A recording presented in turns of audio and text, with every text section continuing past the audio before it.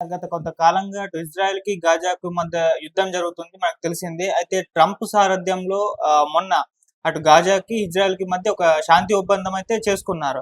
అయినా కూడా గాజా మీద యుద్ధం ఆపలేదు ఇజ్రాయెల్. ఇంకా దాడులు జరుగుతూనే ఉన్నాయి. నిన్న ఫుల్‌గా ఒక భారీ ఎత్తున మారణహోమమే జరిగింది. చాలా మంది చనిపోయినట్టుగా విజువల్స్ వైరల్ అవ్వడం మనం చూసాము. అసలెందుకు మరి శాంతి ఒప్పందం వర్కౌట్ అవ్వలేదు? ఇంకా గాజా మీద దాడులు జరుగుతున్నాయి. మరి ట్రంప్ శాంతి ఒప్పందం చేసినా అని చెప్పుకుంటున్నారు కదా! మరి ఏమైంది దీనికి సంబంధించి? సో అసలు ఏం జరుగుతుంది సార్ గాజాలో? గాజా, ఇజ్రాయెల్ గత 2 ఏళ్లుగా రగులుతోంది. 2023 అక్టోబర్ 7న గాజాలో ఉండే గాజాని పరిపాలించే హమస్ అంటారు. ఆ హమస్ అనే సంస్థ ఇజ్రాయెల్ మీద దాడి చేశారు. ఆ దాడుల్లో 1200 మంది సాధారణ ఇజ్రాయెల్ పౌరులు చనిపోయారు. 250 మందిని బందీలుగా వాళ్ళు పట్టుకుపోయారు. సో హమాస్ డిమాండ్ ఏంటంటే ప్రధానంగా గత కొంతకాలంగా పాలస్తీనా 2 రకాలుగా డివైడ్ అయి ఉంటది. ఒకటి వెస్ట్ బ్యాంక్, ఒకటి గాజా. వెస్ట్ బ్యాంక్ లో ఆల్రెడీ ఒక ప్రభుత్వం అయితే ఉంది. పాలస్తీనా అథారిటీ అనే ప్రభుత్వం అక్కడ ఉంది. కానీ మొత్తం వెస్ట్ బ్యాంకు ఇజ్రాయెల్ అధీనంలో ఉంది. ఇజ్రాయెల్ కి సంబంధించిన మిలిటరీ ఫోర్సెస్ వెస్ట్ బ్యాంక్ ని ఆక్యుపై చేసుకున్నాయి అనమాట. ఆక్యుపేషన్ లో ఉంది. అక్కడ ఒక మనిషి కదలాలన్నా, ముందుకు బయటికి రావాలన్నా వీళ్ళ పర్మిషన్లు ఉండాలి. వాళ్ళు ఒక రకంగా ఓపెన్ జైలు అని చెప్పొచ్చు వెస్ట్ బ్యాంక్. మరోవైపు గాజాని కూడా ఒక రకమైన నిర్బంధం చేసింది. గాజాలో 23 లక్షల మంది పాలస్తీనా ప్రజలు నివసిస్తున్నారు. దాన్ని కంప్లీట్ గా అక్కడికి గాజాలోకి ఏది వెళ్ళాలన్నా, గాజా నుంచి బయటికి రావాలన్నా ఇజ్రాయెల్ తెలియకుండా ఏది జరిగే పరిస్థితి లేదు. అట్లా ఇటు వెస్ట్ బ్యాంక్ ని, ఇటు గాజాని ఇజ్రాయెల్ ఎప్పటి నుంచో నిర్బంధించింది.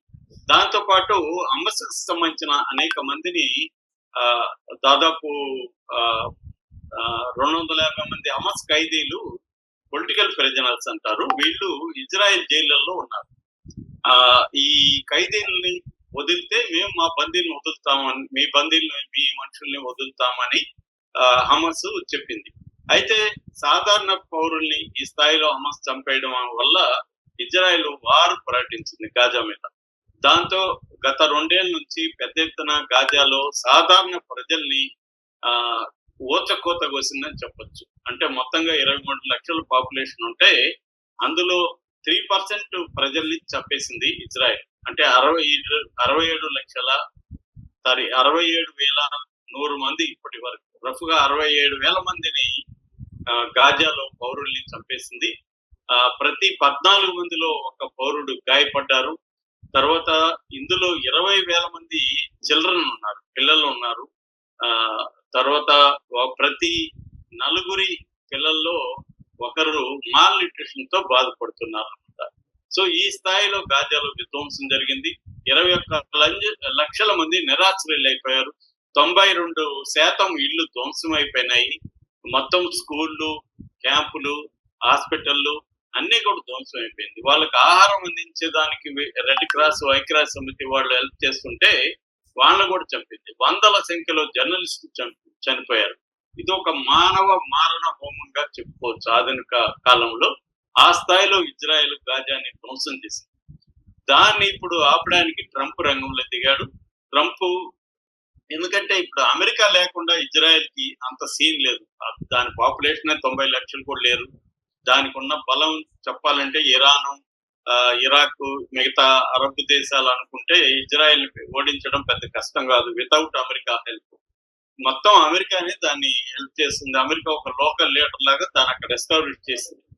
అందువల్ల ఇప్పుడు అమెరికా గాని అనుకుంటే ఇజ్రాయెల్ ఆపగలుగుతారు.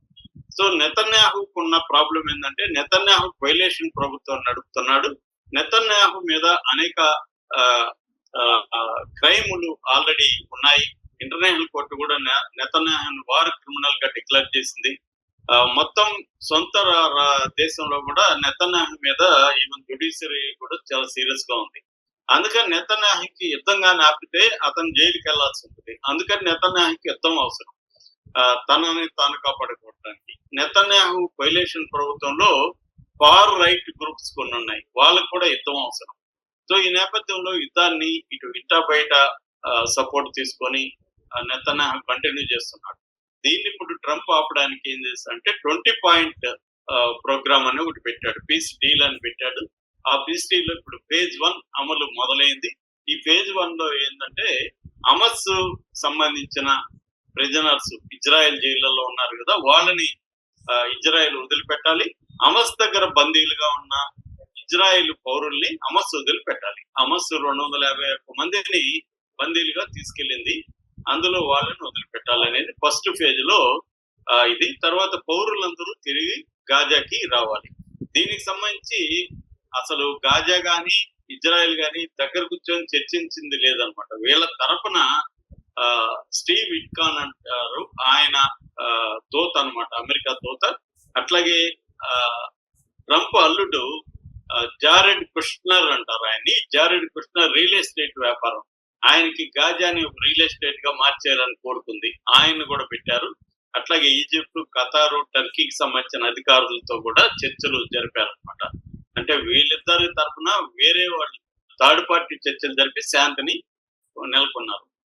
నెలకొల్పారు. ఇందులో ఇప్పుడు భాగంగా ఇప్పటి వరకు జరిగింది ఏంటంటే ఇజ్రాయెల్ తన దగ్గర ఉన్న 250 పైగా బందీల్ని విడుదల చేసింది, ఖైదీల్ని విడుదల చేసింది. అట్లాగే ఈ 2 ఏళ్లలో 1700 మంది గాజా పౌరుల్ని కూడా బందీలుగా పట్టుకునింది ఇజ్రాయెల్, వాళ్ళని కూడా విడుదల చేసింది.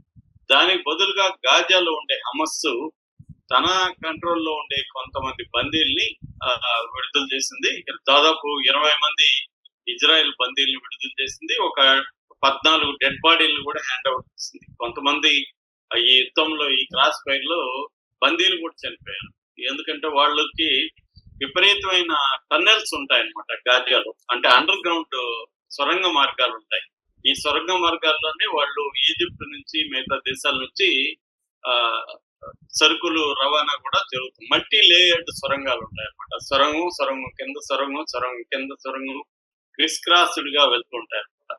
అలాంటి ఒక నిర్మాణాన్ని వాళ్ళు ఏర్పాటు చేసుకొని ఇజ్రాయెల్ నిర్బంధంలో నుంచి వాళ్ళకి కావాల్సిన వస్తువులు రవాణా చేసుకోవడం, మనుషులు వెళ్ళి రావడం, ఇవన్నీ ఆ సొరంగ మార్గాలు కూడా జరుగుతాయి. ఈ సొరంగాల్లోనే బందీల్ని పెట్టారన్నమాట. ఆ సొరంగాలు చాలా కష్టంగా ఉంటాయి. ఆ వీడియో చూస్తేనే మనకి చూస్తుంటేనే ఊపిరాడదేమో అనిపిస్తుంది. అటువంటి సొరంగాల్లో రోజుల తరబడి ఉండాల్సిన పరిస్థితి అనమాట. సో అలా చాలా మంది చనిపోయారు బందీలు కూడా. చనిపోయిన వాళ్ళని కూడా డెడ్ బాడీలు భద్రపరిచి ఇప్పుడు అప్పగించారనమాట. సో ఒక రకంగా ఏంటంటే ఇజ్రాయెల్ కి గాజాకి మధ్య ఒప్పందం అనేది అమలు అనేది మొదలైంది. ఎంతవరకు ఉంటుందో చెప్పలేము, ఎందుకంటే ఇజ్రాయెల్ ఎప్పుడు కూడా ఇటువంటి సీజ్ ఫైర్ ని అమలు చేయలేదు. లెబనాన్ తో కూడా చూసాం మనం. లెబనాన్ తో సీజ్ ఫైర్ జరిగినప్పటికీ లెబనాన్ మీద మొన్న కూడా దాడులు చేసింది, మనం కూడా వీడియో చేసాం. సో ఇజ్రాయెల్ ఎప్పుడు మాటకు కట్టుబడి ఉంది. ఇరాన్ మీద కూడా అన్యాయంగా దాడి చేసింది. ఇరాన్ కి, అమెరికాకి, ఖతార్ లో చర్చలు జరుగుతున్న టైంలో ఆ చర్చల్ని బ్రేక్ చేయడం కోసం ఇజ్రాయెల్ ఇరాన్ మీద దాడి చేసింది. అది చూసాం మనం. యుద్ధంలో స్థాయిలోకి వెళ్ళిపోయి దాన్ని మళ్ళీ ట్రంప్ ఆపాడు. అలాగే ఇప్పుడు కూడా ఇది ఎంతవరకు జరుగుతుందో తెలియదు. అట్లాగే హమస్ వైపు నుంచి ఏంటంటే ఒక పక్క యుద్ధం జరిగినా కూడా హమస్ తీవ్రవాదులు చంపుతున్నారు. నిన్న జరిగింది ఏంటంటే అక్కడ వాళ్ళకి దుక్ముష్ అనే ఒక గ్రూప్ ఉంటారు అనమాట గాజాలో. దుక్ముష్ ఫ్యామిలీ అంటారు వాళ్ళని. ఈ దుక్ముష్ ఫ్యామిలీకి హమస్ కి మధ్య గొడవలు ఉన్నాయి ఎప్పటి నుంచో విత్ ఇన్ ద గాజాలో. సౌత్ గాజాలో దుక్ముష్ ఫ్యామిలీ చాలా స్ట్రాంగ్ గా ఉంటది అనమాట. అలాగా దుక్ముష్ ఫ్యామిలీ ఉన్న ఒక బ్లాక్ ని ఒక 300 మంది హమస్ తీవ్రవాదులు ముసుగులు, మాస్క్ ధరించి వాళ్ళ మీదకి అటాక్ వెళ్ళారు.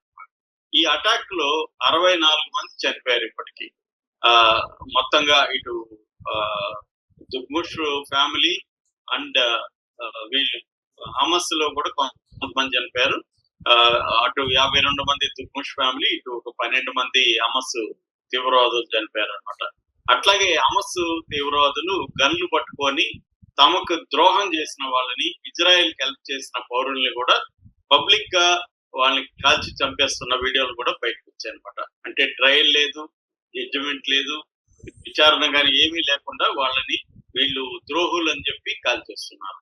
ఎందుకంటే ఇజ్రాయెల్ చాలా మందిని ద్రోహులుగా కూడా మార్చుకునింది, తనకి ఇన్ఫార్మెంట్స్ గా మార్చుకునింది. వాళ్ళు కూడా ప్రాణ భయంతోనూ లేకపోతే ఫుడ్ లేకపోతే వాళ్ళకి మినిమం డబ్బులు ఇస్తారు కాబట్టి, ఎందుకంటే దారుణమైన కరువు పరిస్థితులు ఉన్నాయి కాబట్టి ప్రజలు కూడా ఎవరు డబ్బులు ఇచ్చినా వాళ్ళ వైపు వెళ్ళిపోయే పరిస్థితి ఉంటుంది కాబట్టి కొంతమంది ఇజ్రాయెల్ కి ఏజెంట్లుగా మారిపోయారు. అలాంటి వాళ్ళని హమస్ ఇప్పుడు ఏరియా చెబుతుంది. దీని మీద హమస్ మీద విమర్శలు వస్తున్నాయి. ఆల్రెడీ అల్లకల్లోలమైన పరిస్థితి ఉంటే మళ్ళీ మీరు వీళ్ళని చంపడం ఏంటి అనేది సీరియస్ గా హమస్ మీద వస్తున్నాయన్నమాట. ఇది ఇంకా పెరుగుతుందా, హమస్ ఏమైనా కంట్రోల్లోకి వస్తుందా చూడాలి. ఎందుకంటే ఇప్పుడు గాజాలో హమస్ పరిపాలన అనే దానికి ఒప్పుకోరు అనమాట. ట్రంప్ గాని ఇజ్రాయెల్ గాని ఒప్పుకోరు. దాని బదులు పాలస్తీనా అథారిటీకి అప్పగిస్తారు. ఈ లోపల ఒక టెక్నోక్రాట్స్ తో ఒక తాత్కాలిక ప్రభుత్వాన్ని పాలస్తీనా ఏర్పాటు చేయాలనేది ట్రంప్ ప్రతిపాదన అనమాట. దీనికి ఇజ్రాయెల్ కూడా ఇప్పటి వరకు ఒప్పుకోవట్లేదు. మరి గందరగోళం అయితే ఉంది. ఇది తాత్కాలిక విరామ యుద్ధంలో లేకపోతే పర్మనెంట్ గా పీస్ వైపు వెళ్తారా అనేది చూడాలి. Okay sir, thank you so much.